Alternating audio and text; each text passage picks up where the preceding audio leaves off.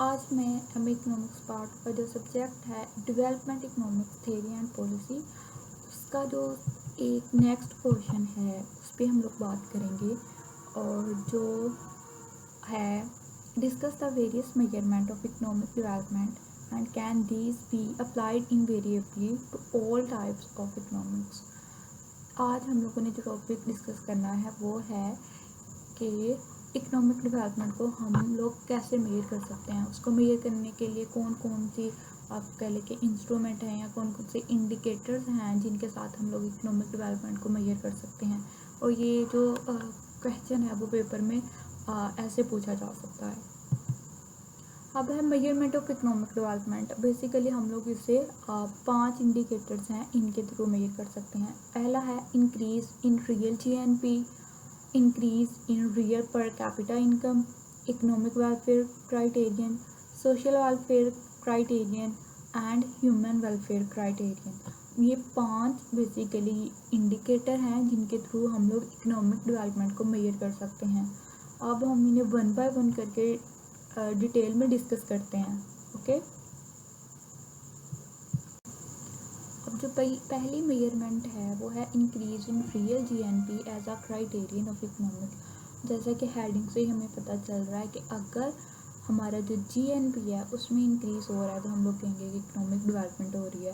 Okay, अब है in the light of professor मीयर and Gold Wing definition, it is said that if real GNP increases over a long period of time, this situation will be considered as economic development. अब हम लोगों ने पीछे जो question किया था जिसमें हम लोगों ने इकोनॉमिक डेवलपमेंट की डेफिनेशंस की थी, उसमें हम लोगों ने ये डेफिनेशन कवर की थी कि अगर हम लोगों का जीएनपी है वो इंक्रीज हो रहा है over a long period of time तो हम लोग उस सिचुएशन को कहेंगे कि इकोनॉमिक डेवलपमेंट है। और ये इकोनॉमिक डेवलपमेंट को मेजर करने के लिए एक क्राइटेरिया भी है कि हम लोग उससे कैसे देख सकते हैं कि कंट्री डेवलप कर रहा है या नहीं कर रहा। अगर तो उस कंट्री का जीएनपी है वो इंक्रीज हो रहा है, दैट मीन कि कंट्री इकोनॉमिक डेवलपमेंट कर रहा है। जो सेकंड है हमारे पास वो है increase in real per capita income as a method of economic development. जैसे कि हेडिंग से शो हो रहा है कि अगर किसी कंट्री में पर कैपिटा इनकम इंक्रीज हो रही है तो हम कहेंगे कि वो कंट्री इकोनॉमिक डेवलपमेंट कर रहा है। अब हम डिटेल में देख लेते हैं कि क्या आगे लिखा हुआ है। Some economists are of the view that if per capita income और real GNP per capita increases over a long period of time it will be recorded as economic development. कि अगर किसी कंट्री में किसी लॉन्ग पीरियड टाइम तक पर capita income increase हो रही है तो इकोनॉमिक डेवलपमेंट हो रही है। As Professor Meier says economic development is a process whereby the real per capita income of a country increases over a long period of time. This definition we have covered in last slide. और इसका भी वही मतलब है कि अगर पर capita income या हमारी रियल जीएनपी इंक्रीज हो रही है तो वो इकोनॉमिक डेवलपमेंट हो रही है। पर this would occur only when the growth of real national income is more than the growth of population. But condition क्या है कि अगर हम लोगों की जो नेशनल इनकम है उसकी ग्रोथ पॉपुलेशन की ग्रोथ से ज़्यादा हो रही है। Okay, according to this method, if per capita income of a country increases, each resident of the country will be able to attain more goods and services than before at average. अब यह है कि अगर एक obvious सी बात है कि अगर पर कैपिटा इनकम इंक्रीज हो रही है दैट मीन कि लोगों के पास पहले से ज़्यादा पैसे आ रहे हैं, तो अब लोगों के पास जो दे will B obviously buying more goods and services than before. Consequently, average poverty will come down and then the life standard of the people of the country will improve. अब जाहिर है पहले लोगों के पास पैसे नहीं थे लेकिन अब उनकी जो अर्निंग है वो ज़्यादा हुई है। अर्निंग ज़्यादा होगी तो क्या है कि जो हमारी पॉवर्टी है वो थोड़ी कम हो जाएगी और जो लोगों का लिविंग स्टैंडर्ड होगा वो थोड़ा हाई हो जाएगा, इम्प्रूव हो जाएगा। अब जो नेक्स्ट है वो है economic welfare as a criteria of economic development. कि अगर इससे कोई भी कंट्री इकोनॉमिकली ग्रो कर रहा है उसमें उसकी इकोनॉमिक वेलफेयर हो रही है तो हम लोग कहेंगे कि वो जो कंट्री की इकोनॉमी है वो भी डेवलप हो रही है। According to this method, economic development is a process whereby there is an increase in the consumption of goods and services of individuals. अगर लोगों ने पहले से ज़्यादा गुड्स एंड सर्विसेज को कंज्यूम करना स्टार्ट कर दिया, दैट मीन कि इकोनॉमिक डेवलपमेंट हो रही है। और ये कब होगा? ज़ाहिर है जब लोगों के पास ज़्यादा अर्निंग होगी, तभी वो ज़्यादा गुड एंड सर्विसेज परचेज करेंगे और उन्हें कंज्यूम करेंगे ना। As Okun and Richardson says, economic development is a sustained and secular improvement in material well-being which will be reflected in increase in goods and services. This means that according to this criteria, economic development will take place when the people are having more goods and services to consume than earlier. As a result, their welfare will go up. ये वही बात हुई जो हम लोगों ने discuss किया है कि अगर लोगों के पास ज़्यादा पैसे होंगे तभी वो ज़्यादा चीज़ें बाई करेंगे ना। अगर ज़्यादा चीज़ें बाई करेंगे दैट मीन कि they are consuming more good and services than before, और ऐसे जो वेलफेयर होगी वो हाई हो जाएगी और हम कहेंगे कि वो कंट्री इकोनॉमिकली ग्रो कर रहा है। अब जो नेक्स्ट है हमारे पास वो है economic development socio economic indicators approach. To measure economic development with this approach a study was launched by United Nations Research Institute on Social Development in 1970। अब ये जो वाली जो अप्रोच है वो यूनाइटेड नेशन रिसर्च वालों ने इसे लॉन्च किया है। This study was concern with the selection of the most appropriate indicator of the development and analysis of the relationship between these indicators at different level of development। अब ये है कि ये कहा जाता है कि सबसे ज़्यादा जो अच्छी अप्रोच है वो यही वाली है, because according our composite social development index was constructed. Originally 73 indicator was examined. However, only 16 crore indicator, 9 social and 7 economic indicator were selected। ये इन्होंने उसका बेसिकली क्राइटेरिया बताया हुआ है कि हम लोगों ने कैसे socio and economic indicators select किए थे, टोटल कितने थे उसमें से हम लोगों ने कितने सेलेक्ट किए थे। And so the constructive development index is considered to be more suitable than per capita income approach to measure economic development.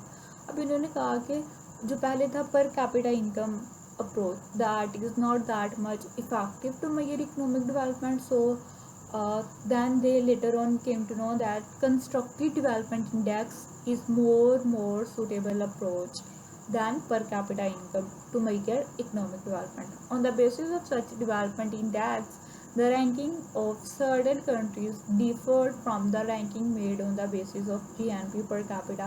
अब यहाँ पे चेंज क्या आया कि जिन कंट्रीज़ की उन्होंने रैंकिंग की हुई थी जीएनपी मेजर करके कि ये कंट्री ज़्यादा इकोनॉमिक डेवलपमेंट शो कर रहे हैं, और जो उन्होंने रैंकिंग की थी डेवलपमेंट इंडेक्स के थ्रू, तो वो उन दोनों कंट्रीज़ की रैंकिंग में डिफरेंस आ रहा था। लाइक एक की रैंकिंग में कंट्रीज़ डिफरेंट थे, दूसरी में कंट्रीज़ और आ रहे थे। It was also found that development index was more highly correlated with GNP per capita for developed country than for developing countries। अब इनकी एक और फाइंडिंग थी वो ये है कि जब इन्होंने दोनों कंट्रीज़ की जो अप्रोचेस थी उन्हें कंपेयर करके देखा, उन्होंने कहा कि जो डेवलप्ड कंट्री हैं उनकी अगर हम लोग डेवलपमेंट इंडेक्स के थ्रू इकोनॉमिक डेवलपमेंट मेजर करें वो और जीएनपी उनका ऑलमोस्ट सेम आ रहा है, लेकिन डेवलपिंग कंट्री में ये सिचुएशन काफ़ी डिफरेंट है। The study concluded that social development occurred at a more rapid rate than economic development up to a level of $500 per capita at 1960s price।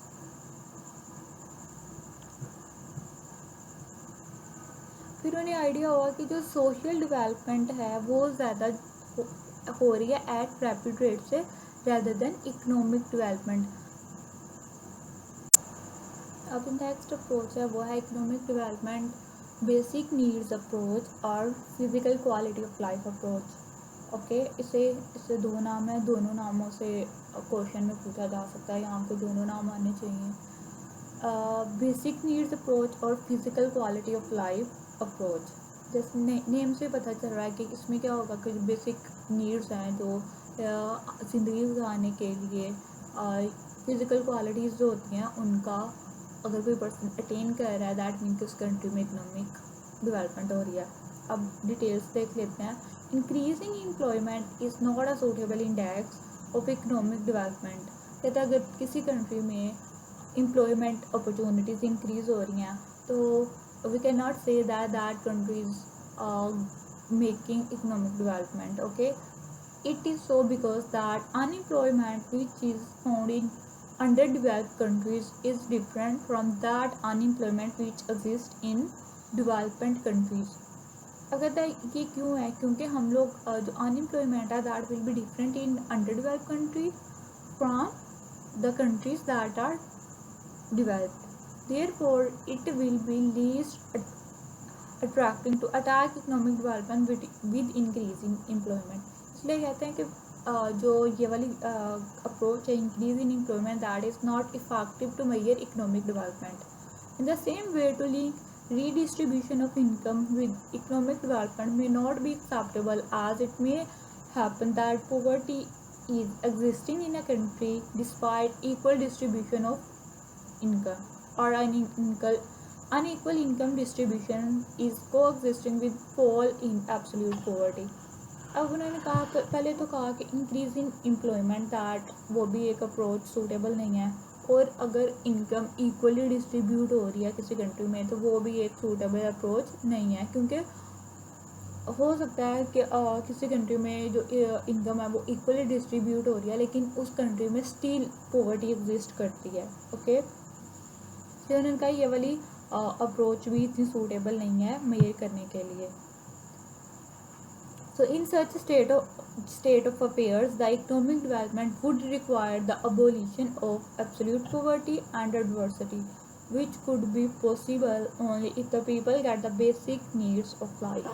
अब कह रहे हैं कि पॉवर्टी होती है, ठीक है, लेकिन वो एक सूटेबल अप्रोच नहीं है, इसलिए हम लोग ने देखना है कि कंट्री ग्रो कर रहा है या नहीं कर रहा। तो हम लोग देखते हैं कि people of that country is getting basic needs of life or not, therefore the economist invented the criteria or approach of basic need to measure economic development, and according to this approach if people are in position to avail more amount of food, have better access of education facilities, and have greater command over the civic amenities like water supply, water sewerage, healthcare and shelter, all such would represent economic development। ये इन्होंने simple सी definition बता दिया है कि basic need of life है क्या, कि अगर उस कंट्री में जितने भी लोग रहने वाले हैं उन्हें बेसिक फैसिलिटीज़ जैसे वाटर सप्लाई है, हेल्थ केयर है, शेल्टर है, एजुकेशनल फैसिलिटीज़ उन्हें मिल रही हैं, तो हम लोग कहेंगे कि that country is making economic development. Therefore, according to this approach, whether GNP and per capita GNP increases or not, कहते इसमें हम लोग नहीं ये देखते कि उस कंट्री की इकोनॉमिक उस कंट्री में GNP इंक्रीज हो रहा है, पर कैपिटा इनकम इंक्रीज हो रही है या नहीं हो रही। हम लोग सिर्फ देखेंगे कि उस कंट्री में लोगों को बेसिक नीड्स मैसर है या नहीं है। Whether a fairer distribution of income is made or not, real matter lies with the provision of basic need of facilities to the people. This index identifies that component of the produced goods and the segment of the society which are benefited by such goods and services.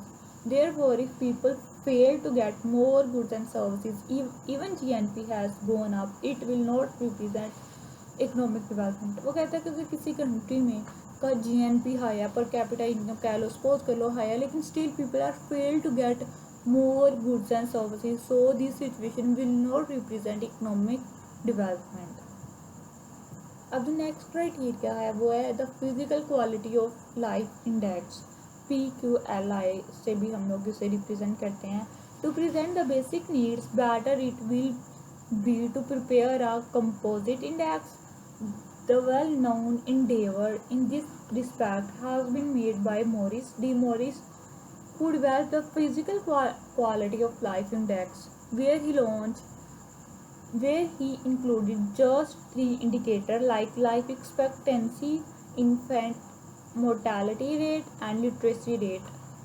अब कहते हैं कि rather than कि हम लोग कहें कि basic needs लोगों को बेटर हैं या नहीं है, तो हम लोग ऐसे करते हैं कि इन चीज़ों को भी मेजर करने के लिए एक स्केल कह रहे हैं या अप्रोच डेवलप कर लेते हैं या एक इंडेक्स बना लेते हैं। और उस इंडेक्स में उन्होंने कहा कि हम लोग 3 इंडिकेटर्स ऐड करते हैं कि उस कंट्री के जो लोग हैं उनकी जो लाइफ एक्सपेक्टेंसी है वो क्या है, इन्फेंट मोर्टेलिटी क्या है, और उस कंट्री में लिटरेसी रेट क्या है।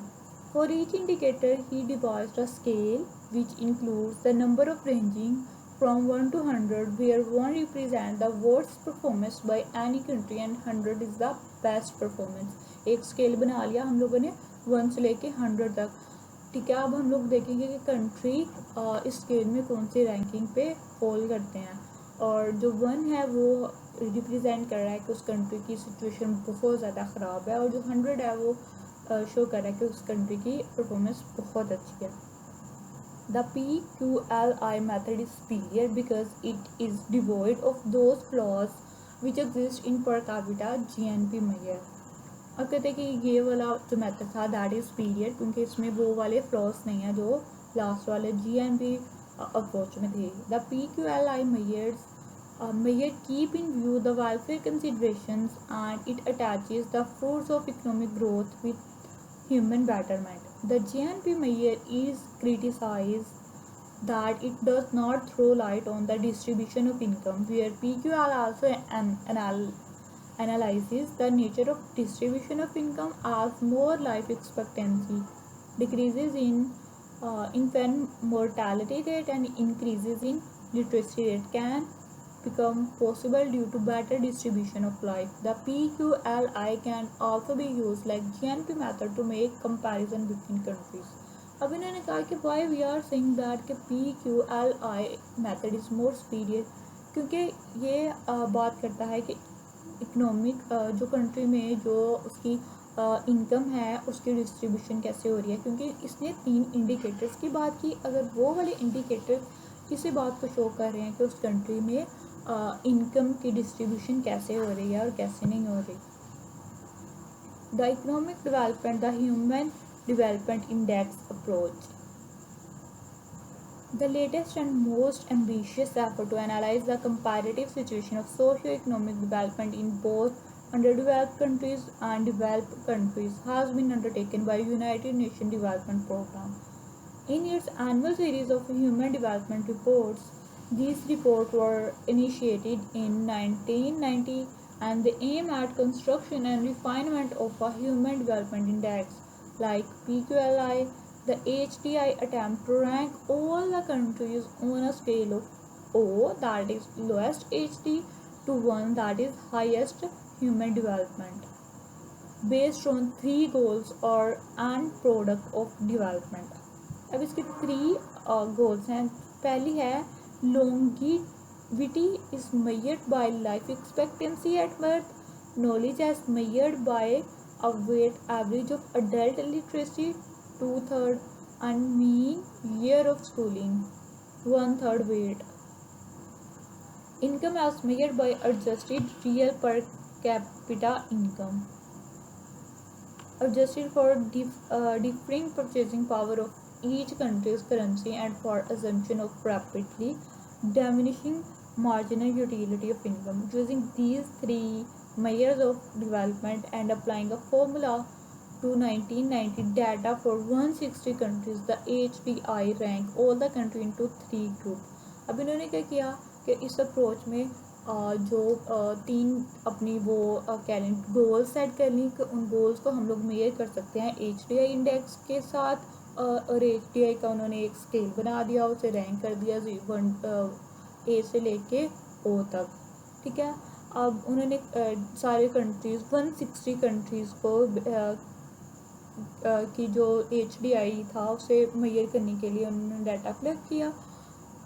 अब उन्होंने सब कंट्री को 3 ग्रुप्स में डिवाइड कर दिया। ओके, जो लो HD था जिनका वो कंट्रीज जहाँ पे ह्यूमन डेवलपमेंट लो थी उनका स्केल था 0.0 से लेके 0.50 तक, जो मीडियम था उनका 0.51 से लेके 0.79 तक, और जो हाई जिन कंट्रीज़ में हाई ह्यूमन डेवलपमेंट थी उनका 0.80 से लेके 1 तक।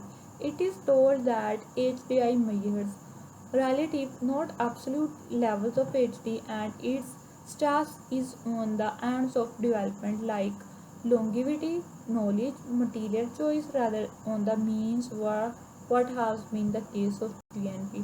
अब उन्होंने कहा कि इसकी जो मेजरमेंट थी वो डिफरेंट थी दूसरी अप्रोचेस के से। वो कैसे कि ये बात कर रहा था 3 अपनी गोल्स की जो इन्होंने सेट की हुई हैं। अब हमारे पास जो लास्ट पॉइंट है वो है good governance and human governance index as a measure of economic growth. जो लास्ट है वो इकोनॉमिक डेवलपमेंट के लिए थे, ये है इकोनॉमिक ग्रोथ के लिए। In the present days development economies good governance has assumed a reasonable importance। अब कहते हैं कि हम लोगों ने जो डेवलप कंट्रीज़ की बात करें वहाँ पे इकोनॉमिक ग्रोथ की बात करें तो we also talk about good governance। Okay, the good governance is also known as human governance। good governance का जो दूसरा नाम है वो है human governance का। These terms are used as alternatives। The concept of human governance is the summation of good economic governance, good political governance and good civic governance। जो एक गुड गवर्नेंस का नाम है उसमें बेसिकली 3 चीज़ें आ रही हैं। वो ये हैं कि उस कंट्री में पॉलिटिकली गवर्नेंस भी अच्छी हो, सिविलियन लाइक जो सोसाइटीज़ में जो लोग रह रहे हैं उनकी बात हो रही है कि वो भी गुड सिविक गवर्नेंस हो। The expert agree that good governance is not imposed by the elite, rather it is named by the people of a country। कहते हैं कि जो गुड गवर्नेंस है उसमें जो एलीट फैमिली होती है, एलीट क्लास होती है कंट्री की, उसका रोल नहीं होता। Basically that governance is shaped by the people of the country. As a result of the good governance the weakest person of the society will be protected and they will be saved from molestation और in their daily life. कहते हैं good governance में हम लोग बात करते हैं कि जो उस कंट्री के वीकेस्ट पर्सन हैं they will also living in that country with honour. उनको जो उनकी लाइफ है उस पर किसी भी तरह का कंप्रोमाइज़ नहीं होगा। As a result of good governance the government will be answerable.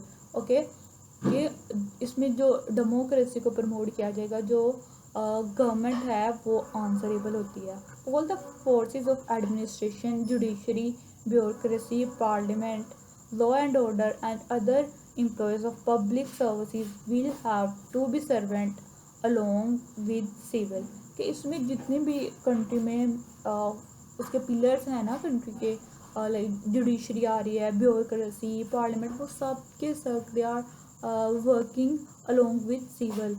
In South Asian countries the political अब कहते हैं कि जो साउथ एशियन कंट्रीज़ हैं वहाँ पे जो पोलिटिकल डेमोक्रेसी है that is yet to have its root and there exist a big gap in the rulers and the subjects. कि वहाँ पे अभी जो गवर्नमेंट है वो और वहाँ पे जो रहने वाले लोग हैं उनके दरमियान अभी इस हद तक डेमोक्रेसी नहीं है कि वो उनका वहाँ पे जो गैप है वो कवर हो सके। The persons having official powers are not ready to become civil servant। अब जो डेमोक्रेसी होती है उसमें क्या होता है कि हमारे पास जितने भी सिविल सर्वेंट्स होते हैं they are working for the people of that country. Okay, उनके पास पावर होती है तो उन्हें उस पावर को यूटिलाइज करना चाहिए अच्छे तरीके से ताकि जो आम बंदा है उस कंट्री का उसकी भी आवाज़ सुनी जा सके। बट जो साउथ एशियन कंट्रीज़ हैं वहाँ पे यही इशू आ रहा है कि the person that have official power that person is not ready to work for the people of that country. This state of affairs can be attributed to low level of education, discriminatory behavior regarding women and minorities, and imperialism, feudalism, superstitions and weak institutional setup। और कहते हैं कि ऐसे country में जो issues आ रहे हैं वो ये है कि that country is not achieve the level of education, और बाकी जो इशू हैं वहाँ पे डिस्क्रिमिनेशन आ जाता है माइनॉरिटीज़ में, मेल्स और फीमेल्स की रेशियोज में। Such all result in bad governance और मिस गवर्नेंस। तो ऐसी जब सिचुएशन कंट्री में एग्जिस्ट करती है तो हम लोग कहते हैं कि that country have bad governance और misgovernance. So in the year early years of 1990, the economists started associating the economic development with good governance. कहते हैं कि 1990 के ईयर में इकोनॉमिस्ट ने कहा कि if we want to see the economic development of a country, we can also associate it with good governance. In other words, the economic development can possibly be attained if the developing country change their existing social, political and economic system, कि अगर country में उनकी governance अच्छी हो जाए तो that can also made economic development. Such all changes is called good governance or human governance. Before we present good governance and its component, the definition of the governance is presented as given by UNDP. The governance is such a system of economic, political, administrative authorities that makes it possible to understand and control the issue at each level of economy. ये simplest सी definition है governance की, जिसमें उन्होंने इसकी 3 authorities की बात की हुई है: economic, political and administrative authority, and these authority work together to control the issues at each level of the economy. The governance comprises the mechanism, methodology, and the institutions which help the citizens and the group to protect their interest. The person as a result of such governance attain their legal rights, minimize their differences, and perform their obligation along with the attainment of their rights. So this is the ending of this question that can be asked in examination, like discuss the various measurement of economic development. Thank you.